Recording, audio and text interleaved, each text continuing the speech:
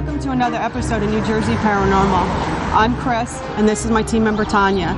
Today we're bringing you one of the most haunted Woodbridge buildings, the Board of Ed. And with me now, Tanya is going to explain why the building might be haunted.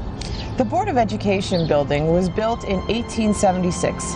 Originally, it was PS1, public school, and in 1951, one of the worst train wrecks in U.S. history took place here in Woodbridge, New Jersey. There was over 500 people injured in this train wreck, and the local emergency responders were overwhelmed, and they didn't have the means to house all these bodies. So they started using the local buildings in and around Woodbridge, New Jersey. It's rumored that the Board of Education building was one of them. Here, rumored that they brought the bodies and put them in the basement and used it as a makeshift morgue. A lot of the patients that were brought here were possibly not deceased at the time, and they wound up dying while in the Board of Education building. And that could be one of the reasons why the Board of Education building is one of the most haunted buildings in Woodbridge, New Jersey. Join us as we investigate what's haunting the Board of Ed. You know, when word got out that we were going to be in the Board of Ed building investigating, we started to receive emails from people that worked there. They had experiences themselves in the building, and they had heard stories about the building being haunted for years. So we set up interviews with each of these people. Two wanted to be on camera, and then they're off camera, I'm sorry, and then one agreed to be on camera. Two wanted their identity hid for their own reasons. So we're going to play the interviews now and hear about what it is they experienced inside the buildings. Okay. Can you tell us about the paranormal experience that you had here at the Board of Education building? Yes, on the second floor, near the copier in the hallway, there used to be a picture framed in glass above the copier and file cabinets on the wall behind the copier. And I was there making copies one day and saw a reflection of someone walking behind me in the reflection of the glass in the picture on the top of the copier, and turned around to move so they could get by, and there was no one there. Could you describe the reflection, male, female? It actually looked a little, it was only in silhouette, but I thought it was the woman that worked in the office down the hall because the hair sort of looked like her short haircut. So that's interesting in that a lot of people talk about having experiences on the second floor. We've interviewed a few people who claim to have seen a woman on the second floor, and this person, who doesn't want her name given, has worked there for years, and her experience is on the second floor.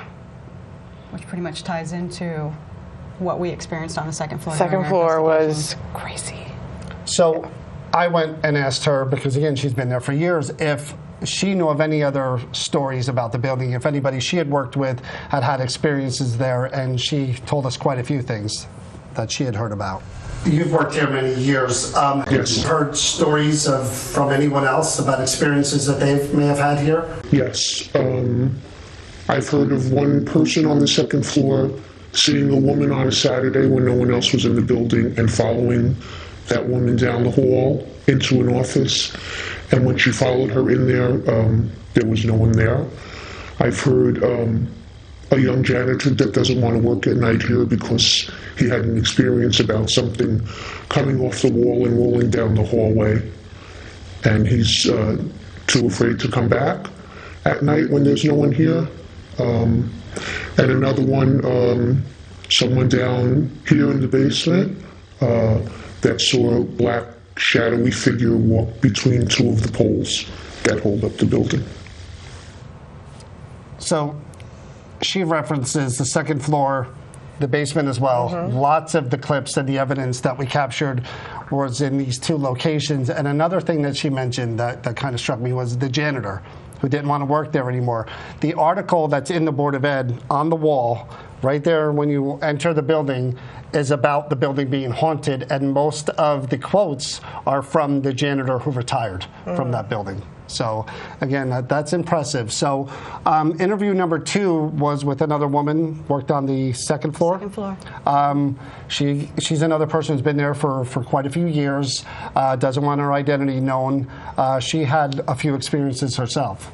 Okay, so you've had 2 experiences here at the Board of Education building. Correct. Could you tell us about those experiences? Okay, the first time I experienced something was when I was only working here 2 months. And I was down in the basement part, which they call the vault, and I was filing. And I was in, there's like 3 rows. The one row, there was nothing, I wasn't there, I was in the middle row. And all of a sudden, I saw, the best way to describe it is vapor. It was something that you would see coming off a grill, and it was transparent. You could see through it, and it just went down the aisle to my left and just came down like this. And I wasn't even sure if I saw it, but I was like, no, I saw something. And I immediately went upstairs, and I asked everybody. He said, well, you're new, maybe they're checking you out. And I said, I've heard stories that the building was haunted, but that was my first experience. And I've been down there ever since, but I get totally creeped out when I go down there. I really, honestly do. But it was about, the filing cabinet's like here, so it was above the filing cabinet. And I don't want to say, maybe 6 feet. How long did it appear for? It just it went down the line. I guess 2 seconds. It just went down the aisle. Like somebody was, I don't want to say anybody was walking. I don't know really what it was, but it was definitely above the filing cabinet where I could see it, and it was just coming down that way. Okay, what happened the second time? The second time was I work in the department I work in. We use these old adding machines. It was Friday. I put a brand new tape in, so I used up all my tape. And I'm pretty sure I turned it off. I'm not 100% sure if I shut off my machine, but I do mostly, every Friday. And when I came in Monday, the machine was on, and the entire tape was used. The paper was piled from the floor up to here past my desk. It was like somebody was working and hitting the machine all weekend long. So did you ask anybody? Well, everybody was laughing because they were like, Hap, you left your machine on. What happened? I'm like, I didn't do that. Nobody could explain what happened, and everybody was laughing. It was freaky. It was very strange. It was hot to touch. When you put your hand on it, it was very hot. And even if I put it on all weekend long, it would have never done that, and it would never been hot. So the whole room saw it. It's funny that she says that because she also collaborates, and we had experiences down in the basement where she's talking about in our evidence clips. And the second floor. Yeah. There does seem to be a pattern here, and specifically in the areas that they reference in the basement, we had... Particularly those 2 poles. Right. In the back area of the basement. So then I questioned her, have you heard stories as well? There are people you work with that have had anything happen, and she mentioned a few things as well. So besides your experiences, you have heard other things as well that have happened. Yes. A friend of mine that used to work upstairs, she didn't believe in the ghosts. And she said one day she went to the ladies' room. She went to go push the door like there was somebody holding it. And then she went through, and she went on, was doing her business, or whatever you want to call it. And then she said the water went on. Then it went off. Then it went on again, and she washed her hands, and she just ran out because she said she just felt like there was something there, just totally messing around with her. And as far as other stories, I may have heard of apparitions upstairs. I've never personally seen them, but in the windows. Actually, where the work area I'm in is in back of the building, and upstairs is the one room that everyone sees things in the window. So it's right above where I work. Well, it's funny that she said that because I had an experience in the bathroom. I thought it was just me. I couldn't get the door open. And then you had an experience in the bathroom, and Kenny, our other investigator, had an experience in the bathroom too. Yeah, in the men's room, one of the stories is that the stall toilet will flush by itself, and there isn't an eye on that toilet where it's automatic sensor. It's a manual flush, and I was in there doing my business, and I was at the urinal, and the stall toilet did flush by itself, and it freaked me out because it was dark. I couldn't get the automatic light on. And that happened to Kenny in another bathroom. Okay. Well, he heard something banging on the pipes, which was a little weird for him, and then all of a sudden the toilet flush. I remember him coming out. He thought we were pulling a Yeah. prank on him. Yeah, we weren't. We weren't even on the same floor. Nope. So the third interview, this person actually agreed to be on camera and tell their story. This was David Wydell. David, I believe, works in purchasing. David was a non-believer, skeptic. He said that when we interviewed him, and his experience happened in the basement near the two poles. Take a look at that interview. Tell us about your paranormal experience here at the Board of Education building. So I started around 2014 here at the Board of Ed building in purchasing. We were on the second floor then. And for someone that doesn't believe in ghosts or spirits or anything like that, I've heard all these stories from a few of my coworkers, Anthony Diorsi and Fran Dremschick, about all these happenings from upstairs, whether they were spirits or people saw reflections in photo frames upstairs. And I always kind of just brushed it off. I said, that doesn't happen, that doesn't exist. I have to see it to believe it kind of guy. That's who I am. I want to see something to believe it. And so one day, you know, I had to go downstairs here in the basement, actually, a few rooms away. We have a purchasing closet with all our old purchase orders. And they were told I had to get some copies for our business administrator of some old POs. So I would go up and down the steps, making copies, bringing some old ones up, bringing them back down, just back and forth. And finally, when I was done, I was going through the door over there, and there it was. I had my papers in my hand and a pen on top, and there was a perfect ball of white light that just kind of shot across the papers, and it was a perfect circle, and the pen kind of rolled off the papers, and I kind of had to catch it with my papers in my hands, and I kind of real quick said, "Hello, anyone down here?" I kind of looked around. All the lights were kind of dark in here, so there's no reflection that could have came off of a phone or a window. There's a couple things. I have a watch on. I have an ID tag. My phone. You know, the reflection that I made, it was a perfect circle, almost like a softball size. Bright white light. So for that to make some kind of reflection, I knew that it had to be casted from something, but there was nothing to cast it from down here. So I kind of looked around. I said, hello, no one down here. So I real frantically kind of ran back up because I had to tell everyone the story. And I tell my coworkers, and they kind of laughed, almost in tears, saying, "That's how you knew someone was just saying, hello, I do exist. You know, we are here." So here's someone who is a skeptic, who didn't have an experience before, paranormal nature of any kind, down in the basement by the two poles. That his filing area is literally right behind the pole where we have a lot of evidence captured. He sees a ball of light, pen goes flying off the pad. Another experience in the basement. So these are people that work there every day that have had real experiences, which is why we came in to investigate. We'll be back with the evidence review after this. Welcome back. We did capture a lot of evidence in the Board of Education building. Most of it centered around the second floor in the basement. Tanya, do you want to start with the first clip? Sure. The first clip, we're down in the basement, and we are actually by those two poles where the one David had a lot of experiences. So you're using the Ovilus, and we had a voice come through. And the voice actually says a name. It says the name. Okay, I'm going to turn on this box right here. Okay, I got a good spot. If you think of a word and you say that word, you try as hard as you can. You could use this box to speak through. Is there something you want to say? Could you tell us your name? That's good. Try to talk now. Talk into this black box that I'm holding in my hand. Think of a word. Oh, no. That's good. Come close to us. You're welcome to come near us. We want to talk to you. Just think of a word and say the word. It'd be great if it was your name. What's it say? Sam. Sam. Holy. Hello, Sam. Hi, Sam. My name is John. I'm Tanya. That's I'm Chris. And that's Kenny. Kenny over there. So I asked for a name. The Ovilus says the name Sam.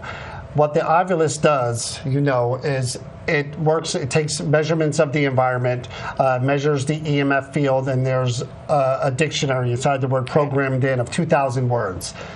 It takes the measurement of the environment and the electromagnetic field, and it finds a word, a binary code that corresponds with a word, and it just spits out that random word. And the spirit can manipulate. The spirit, in theory, can manipulate the environment to pick the word that it wants to pick. That word was Sam. So on the second clip here, we used another communication, an ITC communication device that we could communicate with spirits through, in theory. This device uses radio frequencies. It scans the frequencies up and down the dial. In theory, the spirits can use those frequencies to speak through. The spirit box repeats the name Sam. Right.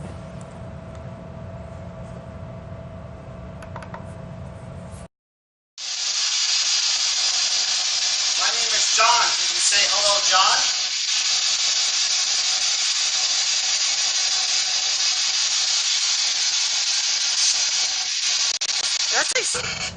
So here again, we're going to play that clip one more time so that you could hear it. You do hear the name Sam and again now that's after 2 pieces of equipment. Same name. Two so different we'll play pieces that of clip equipment. again.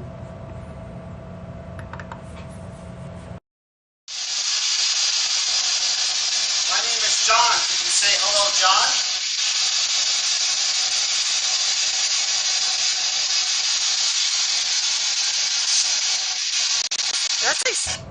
Well, it's funny because in the next clip, we've already used the Ovilus, we used the Spirits box, and we all heard the name Sam. Now we're all just standing around and we're doing the Spirit box again, but then we all react and respond to a live voice that comes out and what it says on this next clip. What's funny about this clip is I point to the Spirit box thinking it's coming from, it's and it's not. With the headphones on, you hear it's a live voice that shouts it out.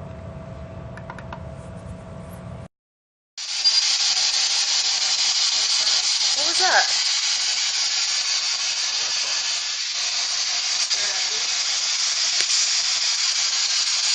So it's Sam again.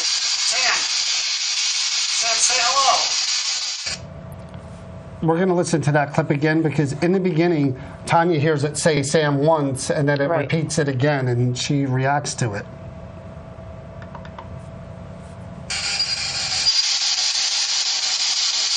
What was that?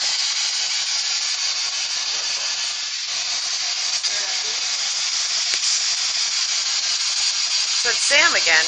Sam, say hello. That was pretty clear. That was. So here we have 3 instances of the same name, which is kind of rare.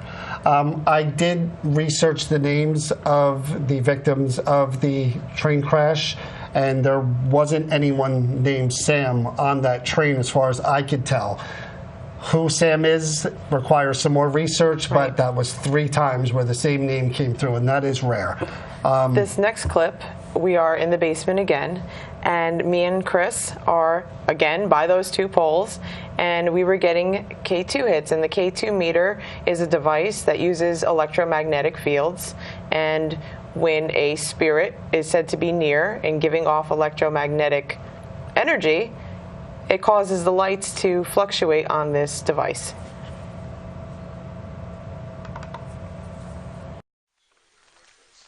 Sam or anybody, are you here?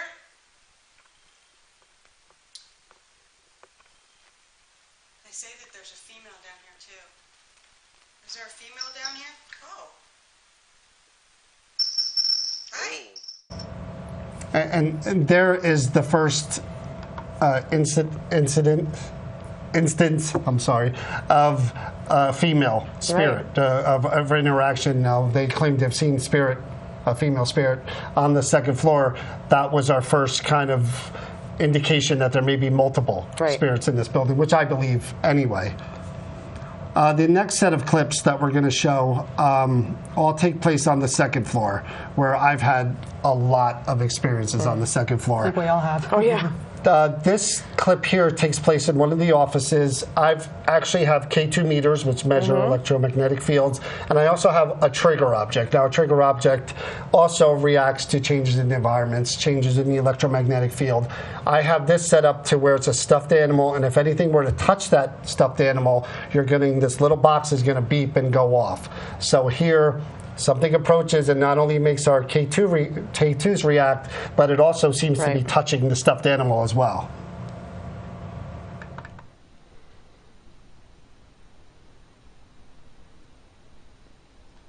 We're both going now. Of course, because we're not. Do you have a camera? Yeah, I'm filming. Look, holy crap. Oh man, it touched the freaking horse too! Are you freaking kidding me? All right, step away from the horse. Please.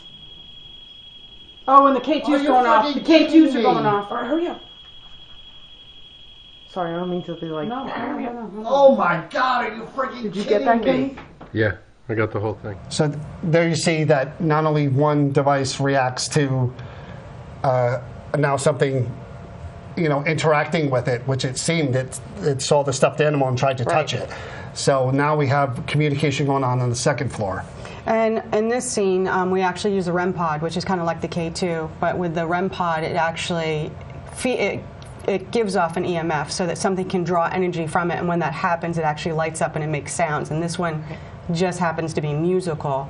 And our other investigator, Kenny, kind of freaks out when what happens in this clip.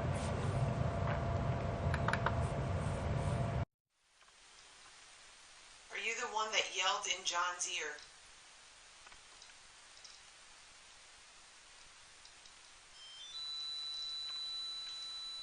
Holy shit. Right behind fucking Kenny too. Are you fucking kidding me? Look at that! Catch it on film, Kenny. Catch it on film. I got the chills. Turn around and catch it on film. Oh, that's even him. Kenny was frozen. There it goes. Is that you? It won't record. I'm dead. Two orbs just flew right by Kenny too. Whoop, there it goes. Are you freaking kidding me? I got nothing. Look. I got you. Are you by Ken? Oh my God, you're by Kenny. That's Kenny there. You want to say hello to him? You want a hug? Oh my God, Kenny, that's right near you, man. You like that? You like that it plays music? Oh man, it's like pins and needles. Kenny asked if you wanted a hug. Do you want a hug? You ever hug a fat guy? Oh my God. Are you a female? Okay.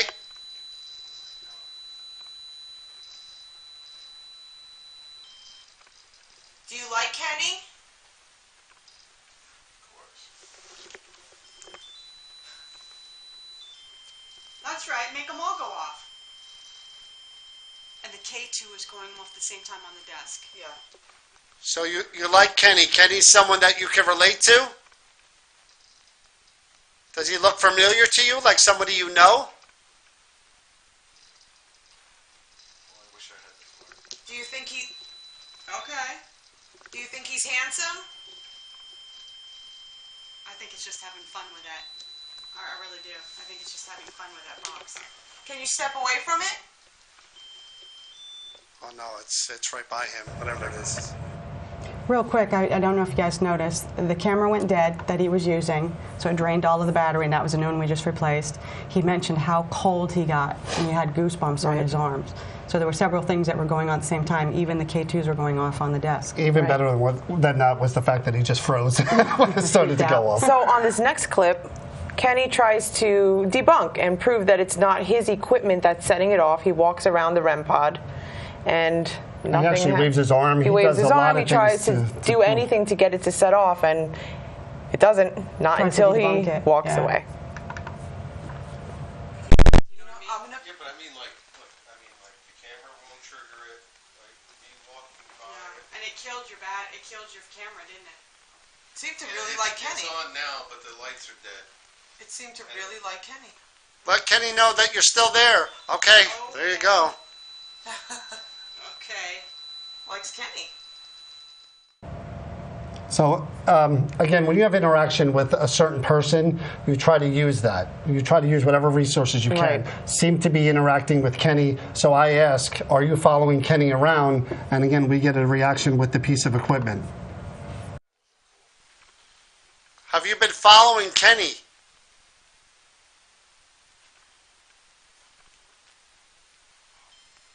Okay. All right. That's right. That's a pretty good response, too. Can you? Yes. Oh, wow, that's a really good response. Can you hold it and light up all the lights for us? That's a really good response. Well, in this last clip that we have, we actually tried it. Tanya was actually smart enough to try to tie in to get it acknowledged that all of the names that we got for the night, if it was tied to something. Right. And you actually got a response. We got Sam clearly how many times? Do you know Sam? Oh, wow. Wow. Oh, there you go.